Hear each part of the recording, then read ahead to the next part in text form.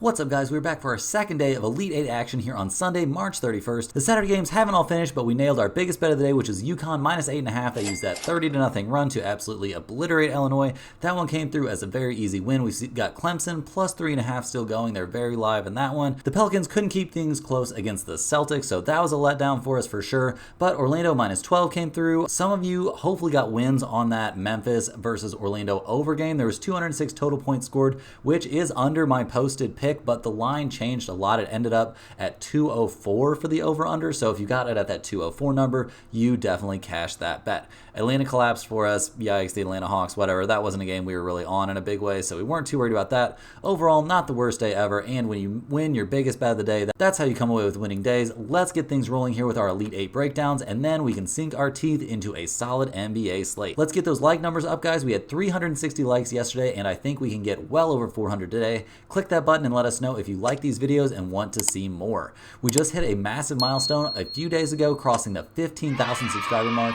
Really appreciate everyone out there tuning into the channel and joining the group. We still have a lot of viewers that aren't subscribed. It's 100% free and we'll keep you up to date with our picks every day, so go ahead and get in there. These videos are sponsored by StumpTheSpread.com. Click the link in the description to go over there and join our free email list and check out our top confidence plays on all the major sports. We've been absolutely cooking on MLB so far this season. Head over there so you don't miss out. Comment below with all the bets you're considering today. We will give you the best intel we have on them, and we respond to every single comment. Also, give us anything you want to say about my picks, these videos, or anything you see here. We'll be getting into a mix of NBA and MLB picks soon with the NCAA season winding down, so get excited for that. Now let's get into our first game of the day. We've got Tennessee going against Purdue in the Midwest Region Elite 8. The Tennessee Volunteers come into this game fresh off of a very solid win in the Sweet 16, taking down Creighton 82-75. We saw Tennessee get a very much needed bounce back shooting day in that game. They really needed to shoot the ball a lot better than they did in the second round, and they sure did. They knocked down 45.8% of their threes, making 11 threes overall in the day. They just looked great in that game. Tennessee in general has looked really good in this NCAA tournament, getting a blowout win in the first round, making their way through a tough game with Texas while they were shooting the ball extremely poorly, but still managing to emerge with a 4-point win.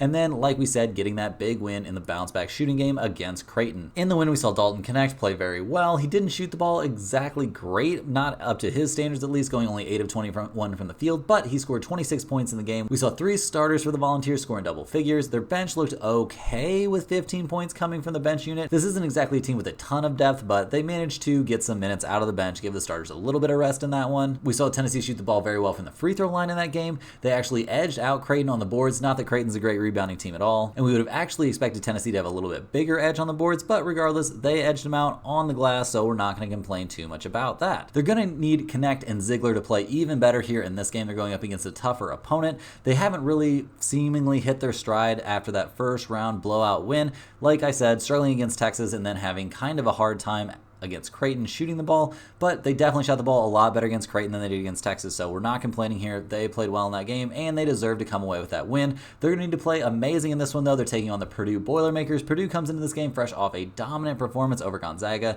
They've looked absolutely untouchables through the first 3 rounds of this tournament, blowing out Grambling in the first round, dominating Utah State in an absolute blowout, and then getting that very comfortable win against Gonzaga, a game that was not nearly as close as the final score, and the final score wasn't even all that close.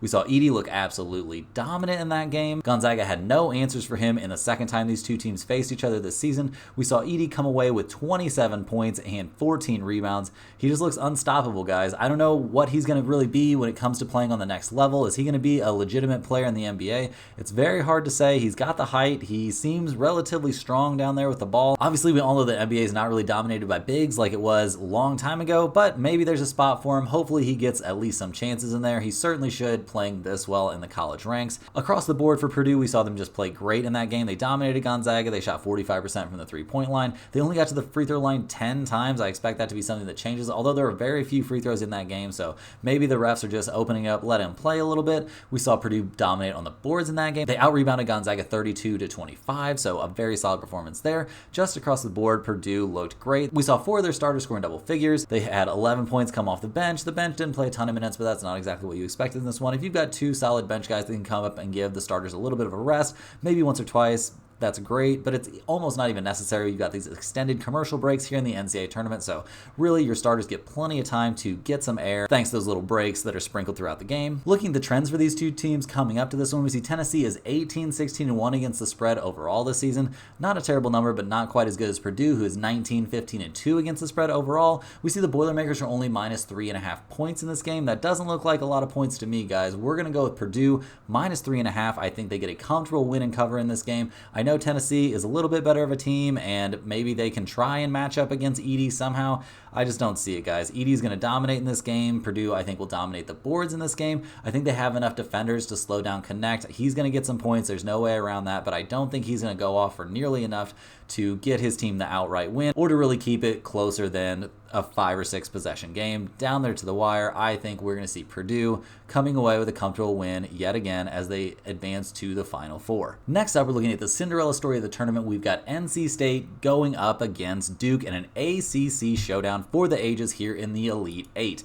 NC State comes into this game fresh off a very solid win over Marquette. They played absolutely great in that game. They've had kind of a tough road in the NCAA tournament. They took down Texas Tech in the first round very comfortably, survived a close one against a surprisingly solid Oakland team, and then getting that big win against the 2 seed, taking down Marquette. In the win over Marquette, they won by 9 points, very solid. They were 6.5 or 7-point underdogs in that game. They did not care, however. They jumped out to a solid 13-point halftime lead, and they held on for dear life there in the second half. The Wolfpack shot almost 40% from the 3-point line. They played absolutely great. We saw Diarra have 15 rebounds and 11 points. DJ Holm was awesome. Morcell was awesome. This team just looked very, very good across the board. Their bench didn't really chip in too much. 10 points in a total of 34 minutes isn't exactly something to write home about, but if this team can keep up this solid defensive performances, they're going to have a very good time. They did turn the ball over 14 times. That's a big concern. They cannot do that in this game against a Duke team that really likes to pressure the ball and plays some solid defense, but I think the Wolfpack has the ability to avoid those turnovers. I think they were just a little bit sloppy against Marquette, but somehow that did not come back to bite them because they played such great defense. They only allowed the Golden Eagles to score 58 points. They held them to 4 of 31 shooting from 3-point range. You're going to win a lot of games if you only give up 4 3-pointers. That was a dominant, excellent performance from the Wolfpack. They've been playing great all tournament long, and they have to feel fantastic here headed into this matchup with Duke, a team they beat not too long ago in the ACC tournament. Duke has had a relatively easy road, and they've really gotten the breaks for themselves here in this NCAA tournament. They took down Vermont in the opening round in a game that was relatively close going into halftime, but then Duke managed to open up a decent second half lead and get the win and cover. Then in the second round against James Madison, they absolutely had a blowout win in that one. It felt like a good matchup for them. The Blue Devils shot the lights out from 3 in that game, while holding their opponents to only 4 of 18 from 3-point range. Then Duke went on to play Houston. We had an absolute rock fight of the game that ended 54-51 in favor of Duke, but we saw Houston lose their best player in that game. So what exactly are you going to do? Duke gets the rolled ankle, but it's on the other team, so they go ahead and roll. We got the Duke hat on. We did not have them in that game. I do think Houston would have won and covered for us in that game if it wasn't for the injury. Hard to know, though. Really no way to know, obviously. But Duke, just in general, they're a very solid defensive team. They're a solid rebounding team, but not elite. Just I would say solid, but not elite. They've got some size, but they really depend on their guards and their very, very solid defense to win them games. In the ACC tournament quarterfinals, we saw NC State get the 74-69 win over Duke. We saw NC State shoot the ball excellently from deep in that game. They made 7 of their 16 threes. They're not exactly a volume shooting team. They really played well on the defensive end, defending Duke very well on the 3-point line. They did get out-rebounded, but not by a large margin. They forced Duke into some turnovers while taking care of the ball themselves. They had 6 blocks and 7 steals in that game. They just looked like the better team than the Blue Devils in that one. Obviously, that's all part of NC State's crazy run here towards the end of the season. They really look like a completely different and very elite team during this run. We see NC State is getting 6.5 points in this game. They're 19-19-1 against the spread when we're looking at the trends. Duke has been very good against the spread this year. Don't get me wrong. They're 21-13-1 against the spread overall. Those are very good numbers. But man, NC State getting 6.5 points in this matchup against a team they've already beaten, and they are on a crazy roll, and we feel like Duke's been getting lucky here in the tournament a little bit. I can't go away from it, guys. Give me NC State and the points in this one. No homer pick coming in here. I think the Wolfpack finds a way to make this at least a 1-possession game. If not, come away with a win in this one. If you wanted to sprinkle the money line, I don't have a single problem with that.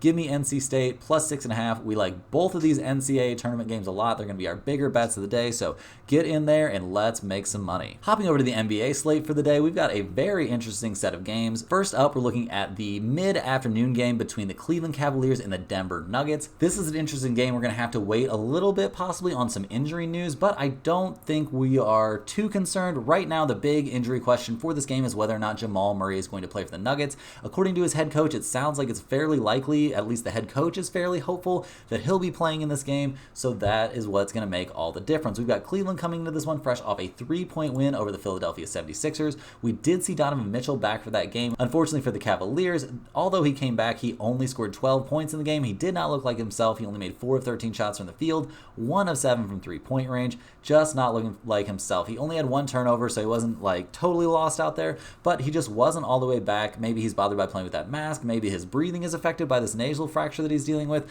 I don't really know for sure, but it was very clear that he wasn't having a great time, and they played an extremely close game against a not very good Philadelphia 76ers team. I know Philly is starting to play a little bit harder and maybe playing a little bit better now that they are seeing Joel Embiid possibly / probably coming back, but I really don't think the 76ers are a team that the Cavs should be playing close games against, especially when the Cavs are relatively healthy. We see Denver coming into this game fresh off back-to-back losses. They lost to the Phoenix Suns and then to the Minnesota Timberwolves, but the good news is that Jamal Murray is coming back, and when this team is healthy, they have looked nearly unstoppable. Murray has been missing time with his knee issue. He's currently listed as questionable, but it sounds likely that he's going to come back for this game. Monitor the injury report coming into this game. If he plays in this game, we definitely like Denver. If he does not play in this game, we're going to be off of this one. So keep a good eye on that. You'll get some information coming out in the morning after shoot around. Well, you should know for sure well before game time, early in the morning, whether or not he's going to be out there. If we're going to have Reggie Jackson as our starting point guard, we do not like this game. I am a little bit worried that Donovan Mitchell could end up playing a little bit better than this game than he played against the 76ers,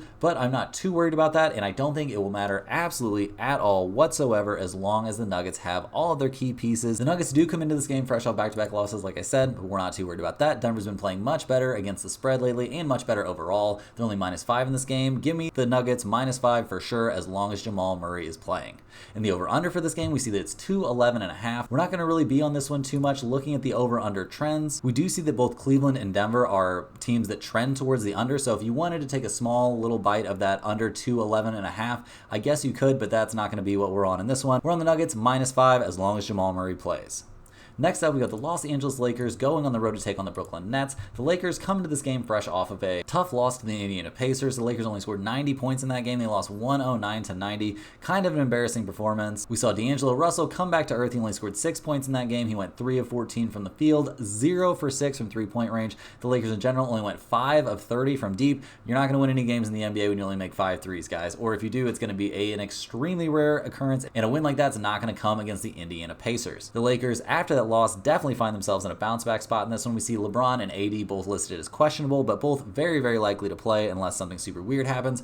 Weird news could always break, so keep an eye on that injury report for the Lakers, as you always should. However, we're not too worried. It looks like LeBron and AD and the rest of the Lakers squad effectively are all going to be ready to go for this game, taking on the Brooklyn Nets, who come into this game fresh off of a 3rd straight win. Pretty crazy. Didn't really think the Nets had many more 3-game winning streak in them for the end of the season here. Brooklyn is not technically mathematically eliminated from the play-in tournament in the Eastern Conference, but they are not going to be making it. They're 5 games back. They're having a pretty tough time.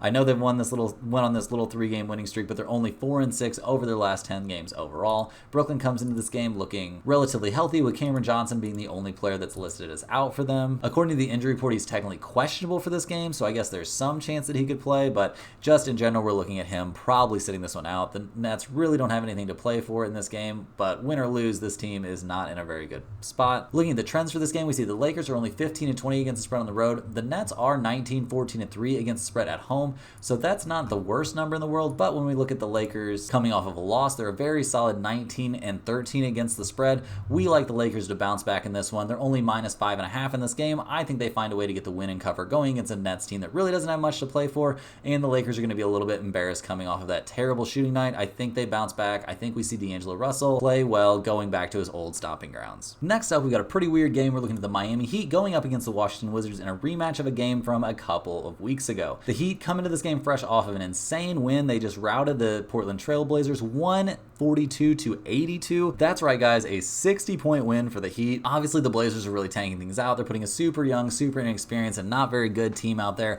So the Heat taking advantage of that, I guess, kind of makes sense. Miami shot well over 50% from 3-point range in that game. Everybody really got off in that one. It was absolutely nuts. The starters didn't even have to play full minutes. We saw Highsmith play a ton of minutes. off the bench. We saw guys getting out there for the Heat that never usually see the floor. In general right now, though, Miami has not been having a great time. They're only 5-5 over their last 10 games. They haven't exactly been blowing opponents out lately either, with that obvious exception of that game. They lost to the Warriors recently, the Pelicans, they lost to the Philadelphia 76ers, and the last time these two teams met, the Heat took a 110-108 loss to the Wizards. The Heat were kind of shorthanded in that game, but they're not going to be in much better shape for this game. We see a bunch of injuries on the roster. Tyler Hero is still out. We see Jovic is maybe going to play in this game, maybe not. We're not 100% sure. Caleb Martin is listed as out. Duncan Robinson is listed as out. This squad is still not at full strength. Obviously, the important pieces are in there. We got Jimmy Butler and Bam in there, but not being at full strength definitely makes a difference in this game, and it definitely makes a difference in the Heat's ability to blow out opponents.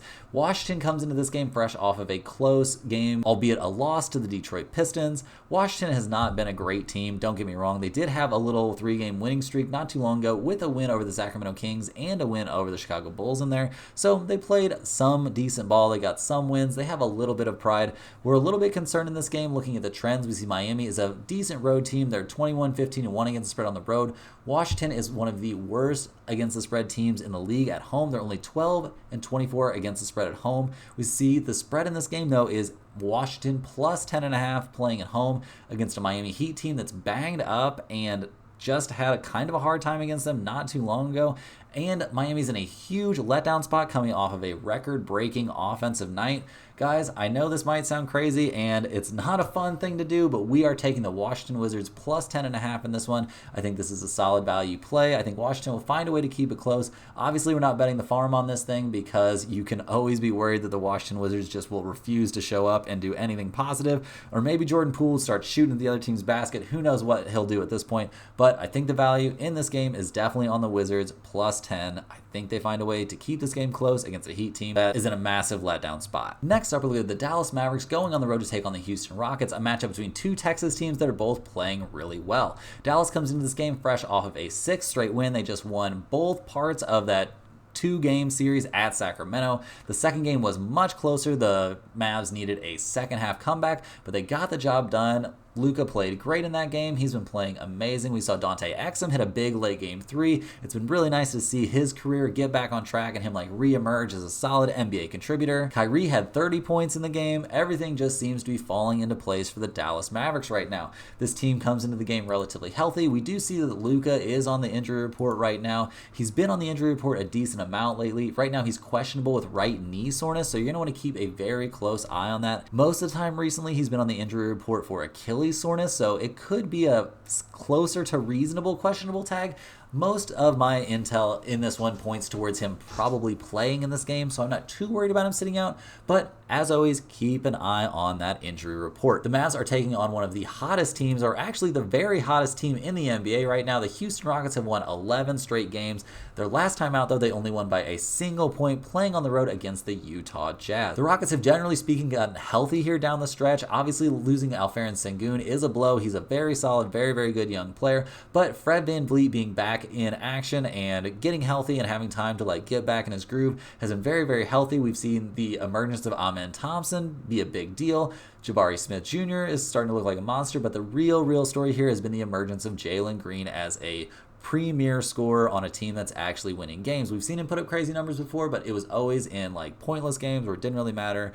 Nobody cared. His team was going to lose by 20 points anyway, so they just seemingly let him score. Well, now he's scoring whether you want him to or not. The Rockets are putting tons of pressure on the Warriors for the last play-in spot in the Western Conference. We see the trends in this game are pretty crazy. We see Dallas 21-12 against the spread playing on the road. That's second best in the league. We see Houston 26-10-1 against the spread at home, which is the best mark in the league. Guys, this is a tough one, but I think Dallas is still on the way up. I think Houston is about to come back to earth a little bit. They've been playing a little bit above their billing. They're not quite as good as they've been lately. We are taking Dallas -1.5 in this one playing on the road. They're a great road team, but this pick is conditional. Only take Dallas in this one if we see Luka is going to play. If Luka's not going to play, we like Houston for sure at anything less than 5 points. I think they would get the job done if there's no Luka, but if Luka's out there, they're in trouble. Next up, we've got the Chicago Bulls taking taking on the Minnesota Timberwolves. Chicago comes into this game fresh off of a very disappointing loss on the road to the Brooklyn Nets. They lost 125 to 108, so pretty much getting blown out into that game.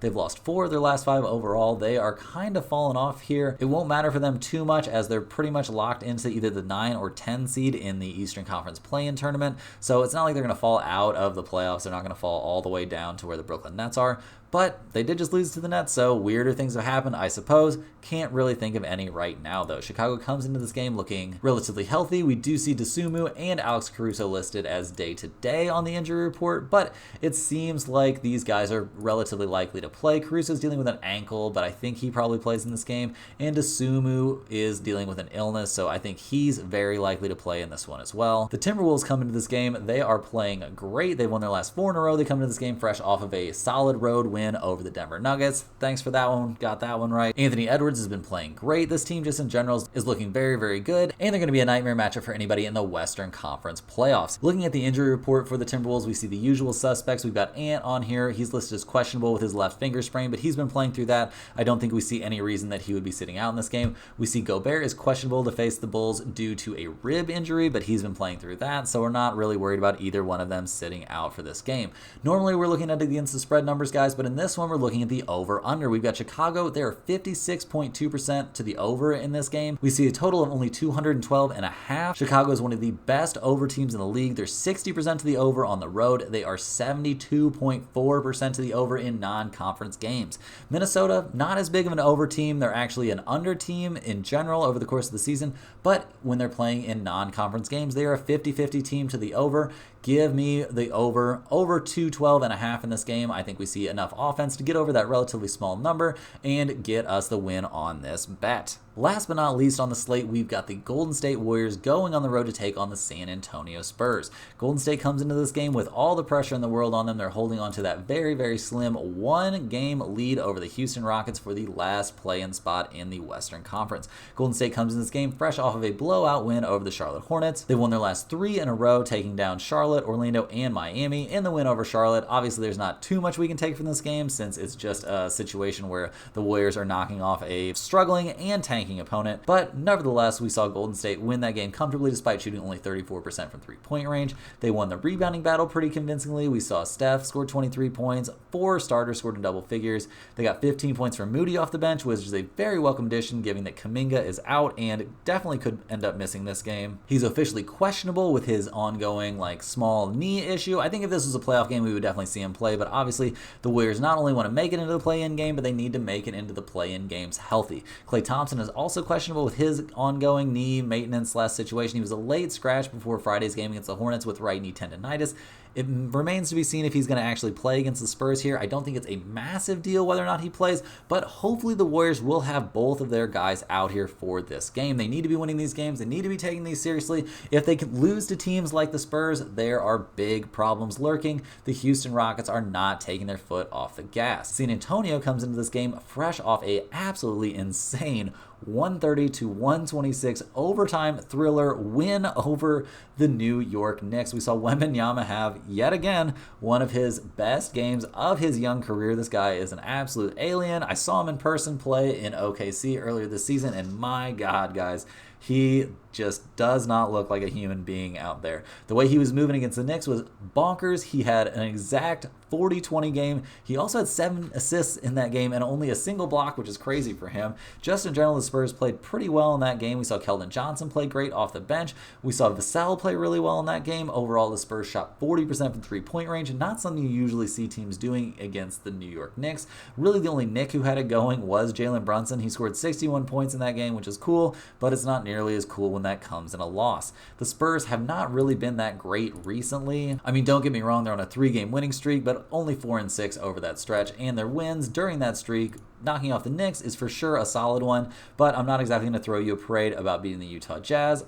And honestly, beating the Phoenix Suns at this point doesn't feel like that crazy of a thing. It wasn't the full squad for the Suns either, so good win for the Spurs, but it was clearly a spot where the Suns just weren't taking them seriously. Looking at the spread in this game, we see that the Spurs are getting 8 points. We see the Golden State is 25-11 against the spread on the road. They are the best team in the league against the spread when playing away from home. San Antonio is a respectable 19-18 against the spread at home, but I think this is a significant letdown spot for the Spurs. Give me Golden State -8 in this one. I like this pick a lot. Keep an eye on the injury report. This is a very good spot for the Warriors, assuming that they are at least close to full strength. If we see Clay and Jonathan Kuminga both play in this game, I think it is a smash spot. If we see just Kuminga play, I think it's an excellent spot. Or if we see just Clay play, I think it's a good spot. So regardless, get some money down on the Golden State Warriors -8 in this one. The over-under doesn't really hold any appeal to me in this game. I would maybe take a small taste of the under since the Warriors defense is playing much better and the Spurs are in a big offensive letdown spot, but my bigger bet in this game for sure is going to be on the Warriors -8. That's all the games we're going over for today, guys. Hit that like button for good luck on all your bets and subscribe if you're new. Let me know in the comments any questions you have on today's slate. Thanks for watching. You can click the link in the description to check out stumpthespread.com, and we'll see you guys tomorrow for more sports betting action.